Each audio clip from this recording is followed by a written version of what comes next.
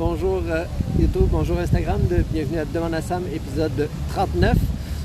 Aujourd'hui, je suis encore à l'extérieur, devant le Parlement. Comme j'avais dit là, toute la semaine, là, sauf demain, parce que là, demain, il annonce des gros orages. Je ne serai pas présent ici, mais vendredi aussi, là, il annonce beau, donc je vais être là. Donc toute la semaine, là, c'est ça, je vais faire mes directs là, en face du Parlement pour justement là, appuyer là, appuyer contre la loi 61. Ouais, j'ai de la misère encore une fois avec mes mots, c'est du nouveau. Hein? Donc c'est ça, pour porter mon appui pour ne pas que la loi 61 passe, parce que allez vous informer, c'est vraiment quelque chose qui pourrait être... Ça peut très bien aller, mais il y a trop de chances que ça aille vraiment, vraiment mal et que le projet qu'ils veulent mettre de l'avant va être beaucoup plus dommageable que les problèmes qu'on rencontre là présentement.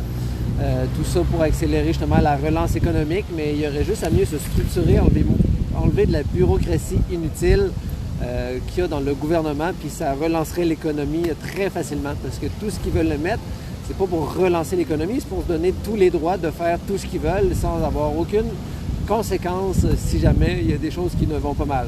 Donc si vraiment ils croiraient en leur projet, ils ne mettraient pas une clause qui ferait en sorte qu'ils ne peuvent pas se faire poursuivre, parce que ça n'a juste aucun bon sens, je veux dire, en tout cas. C'est pour ça que je suis là aujourd'hui, puis je vous invite à venir aujourd'hui, demain. Là, demain, ça va peut-être être plus plate à cause de la pluie, là, mais sinon, vendredi, il faudrait être vraiment grand nombre, parce que je trouve honnêtement qu'il n'y a pas assez de personnes pour une chose aussi importante que cette loi-là que le gouvernement veut nous faire passer. C'est vraiment dangereux pour la démocratie. Pour que moi, j'en parle, en tout cas, je trouve que c'est long, parce que c'est pas quelque chose que je parle naturellement. Mais à la lecture de cette loi-là, ça n'a juste aucun bon sens. Bon, c'était mon petit 3 minutes politique en début d'émission. Aujourd'hui, on va parler d'un chien pour un enfant à besoins particuliers. Puis on va parler aussi d'un chat d'appartement. C'est deux questions que j'ai du public. Donc, de Julie. Elle dit « Bonjour, nous sommes une famille, 2 adultes, un ado, un enfant de 10 ans, et notre ado est autiste Asperger. Longtemps, j'ai pas voulu avoir un chien car je trouvais que nous n'avions pas assez de temps à la maison pour s'en occuper. Maintenant que je suis au télétravail et pour le reste de ma carrière, beaucoup de personnes, j'ai l'impression aussi ça va être ça, je sais que nous aurons du temps à lui accorder. Nous aimerions adopter un bouvier bernois ou encore un golden retriever afin d'agrandir notre famille. Est-ce que vous avez ces races de chiens à votre refuge? Donc, ce que je voudrais dire, c'est que je trouve que oui, c'est une super de bonne idée d'adopter un chien pour ton enfant, mais fais attention, OK? Parce que je trouve qu'il y a beaucoup de certains organismes qui utilisent justement des animaux pour venir en aide à des personnes qui ont des problèmes particuliers. Le problème, c'est que c'est pas tous les animaux qui vont être bien dans un foyer ou avec une personne qui a besoin de soins particuliers. Donc oui, je suis pour la zoothérapie, je suis pour que les animaux aident justement les personnes qui ont des besoins particuliers, des personnes qui font de l'angoisse, de l'anxiété, des personnes en syndrome post-traumatique, mais il ne faut jamais que ça se fasse aux dépens de l'animal. Parce que je sais que, comme je disais, il y a certains organismes, des fois, qui vont prendre des animaux. Oh, l'animal, il est bien beau, il est bien correct, il est bien gentil, il passe les tests, mais là, on le met dans une famille, mais là, l'enfant est comme trop après le chien. C'est que le chien, oui, il passe les tests de base, mais la famille dans laquelle on l'envoie, c'est pas nécessairement le meilleur des foyers pour ce chien-là. Donc oui, le chien va toujours être là pour la personne, mais est-ce que c'est ça que le chien veut? Est-ce que c'est ça que le chien est capable de faire? Donc je vous dirais que oui, ça, c'est quelque chose qu'on va pouvoir justement accompagner si jamais Julie, là, jamais elle trouve un chien chez nous.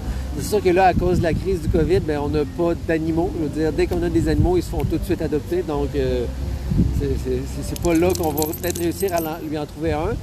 Mais je crois qu'une démarche avec des professionnels en comportement animal est de mise pour un type de cas comme ça.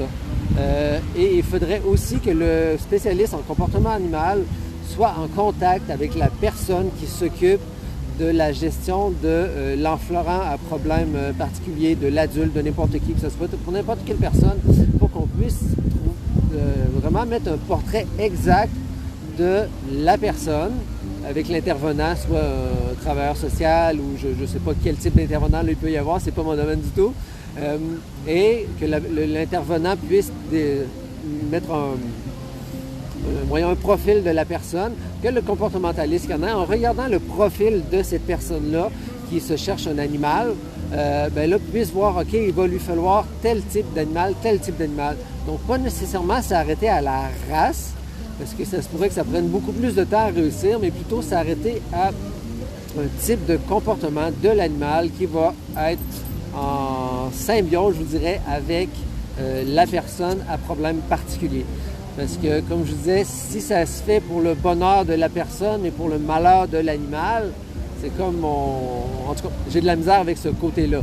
Donc, je crois énormément en ce type de match, je vous dirais, là, d'un animal avec un problème avec une personne qui est à problème particulier, mais il ne faut jamais que ça se fasse en amputant là, la joie de vivre finalement de l'animal.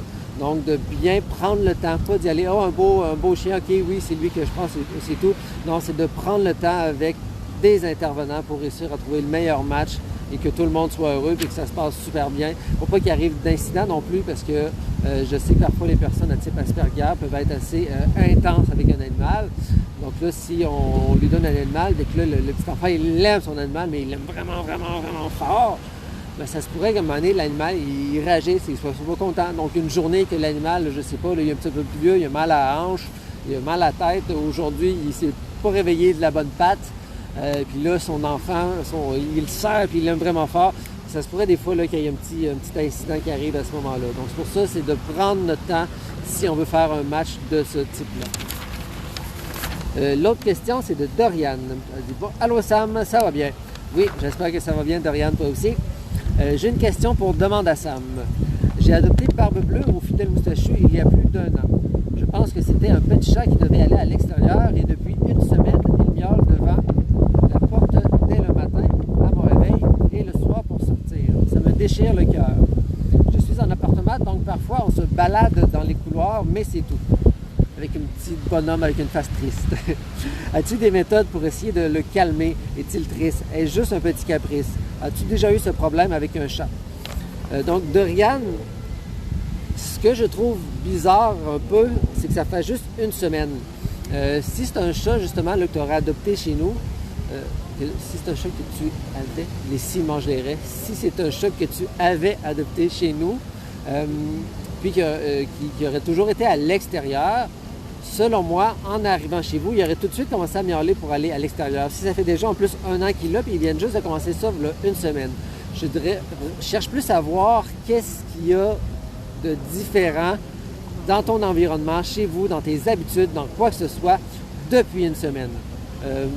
Parce qu'un animal ne va jamais poser un comportement sans raison. Donc, si ça fait juste une semaine qu'il a commencé à miauler, je me suis attaché Ruby sur le pied, mais quand il part vite, il faut faire attention. Ruby. Il y a de la misère, Ruby, avec le monde qui jogue dans la rue. Il réagit très fortement. Donc, normalement, là, j'ai mon petit sac à côté de moi là, pour le désensibiliser, mais là, c'est dur de faire des vidéos et désensibiliser le chien en même temps. Attention. 2 secondes, là, Ruby est pris. OK. Donc, c'est ça, je te dirais, depuis plus, regarde qu'est-ce qui, depuis une semaine, a changé chez vous, dans tes habitudes, dans ton appartement, dans n'importe quoi. Parce que si ça fait juste une semaine qu'il fait ça, il y a une raison derrière le juste une semaine. Comme je dirais, s'il aurait toujours été à l'extérieur, il aurait toujours miaulé, il aurait toujours voulu sortir. Donc, commence plus par regarder, selon toi, qu'est-ce qui a changé depuis une semaine.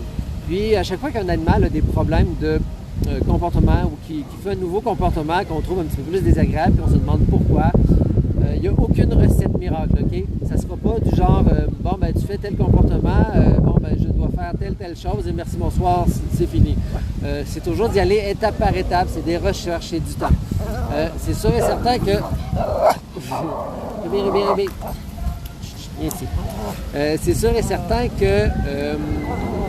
essayez par contre que le problème ne se renforcisse pas. Donc, c'est sûr qu'il me manque beaucoup de données là, pour que je puisse t'aider un petit peu plus par rapport à ça. Mais essayer des fois, là, de tout de suite, peut-être commencer à changer certaines habitudes. Tu sais, tu te rends compte qu'il miaule là et là. Est-ce qu'au moment qu'il miaule, tu lui donnes, tu fais certaines choses qu'il aime? Là, lui, c'est sûr qu'il va savoir que quand je miaule, elle fait ça, puis j'aime ça faire ça. Fait que je vais miauler parce qu'elle va toujours le faire. Donc, des fois, essaye justement là, des fois, juste en changeant un petit peu nos habitudes, essayer de trouver pourquoi justement il miaulerait et pourquoi depuis une semaine surtout il miaule. Sinon, c'est sûr qu'en appartement, ben, tu peux toujours essayer de sortir sur ton balcon, mais à ce moment-là, fais vraiment attention à ton organisation pour sortir ton chat sur le balcon. OK? Ah, je vais changer de main. C'est ça, fais attention avec ton organisation pour sortir le chat sur ton balcon. Parce que si tu fais juste lui mettre un harnais sur ton balcon, puis mettons tu es dans des étages, ben il peut malheureusement se pendre. Si tu fais juste mettre de quoi pour pas qu'il passe à travers les barreaux, ben, peut-être qu'il peut sauter par-dessus. Donc des fois, oui, il faut blinder un petit peu plus notre balcon. Si tu as la possibilité, des fois, oui, c'est peut-être pas esthétique, mais tu peux toujours justement là, comme barricader un petit peu là, les barreaux pour pas qu'ils puissent passer. Tu veux mettre de quoi là, qui est de transparent, mais juste qu'ils ne puissent pas passer. Puis peut-être venir mettre quelque chose là, sur le dessus, sur la rampe, pour pas qu'ils puissent aller plus loin. Donc ça peut être des fois là, le plexiglas est à l'honneur ces temps-ci. Donc le plexiglas tout ton balcon. C'est un peu une joke ça là. Mais ça peut être un certain autre grillage aussi que tu verras pas beaucoup. Ou justement là, tu peux toujours mettre protégé justement puis qu'il ne passe pas par les barreaux puis l'attacher avec une corde et un harnais pour pas qu'il puisse sauter par-dessus. Assure-toi que tous les paramètres sont pris en considération, mais ça peut être un moyen justement, ça pourrait être un moyen justement des fois de le laisser sortir.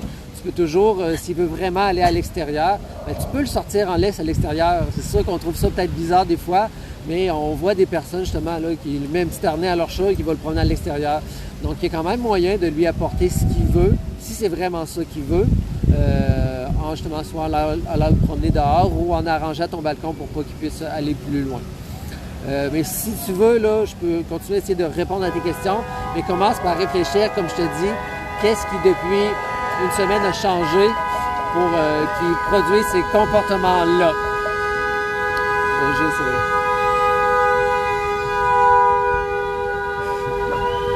Je suis pas quelqu'un qui parle fort dans la vie, donc de me battre contre la klaxon, c'est impossible. Donc, c'est ça, fait que c'était tout pour aujourd'hui. Si vous avez des questions, n'hésitez pas à poser des questions. Des commentaires, partagez aussi, c'est vraiment bon, c'est vraiment plaisant pour moi. Ça fait, pour moi et pour le refuge, ça donne la visibilité. Puis, comme je dirais, là, demain, je ne suis pas ici, mais vendredi, je suis de retour en face du Parlement. Puis, c'est ça, j'invite à tout le monde, là, justement, là, à venir se faire entendre.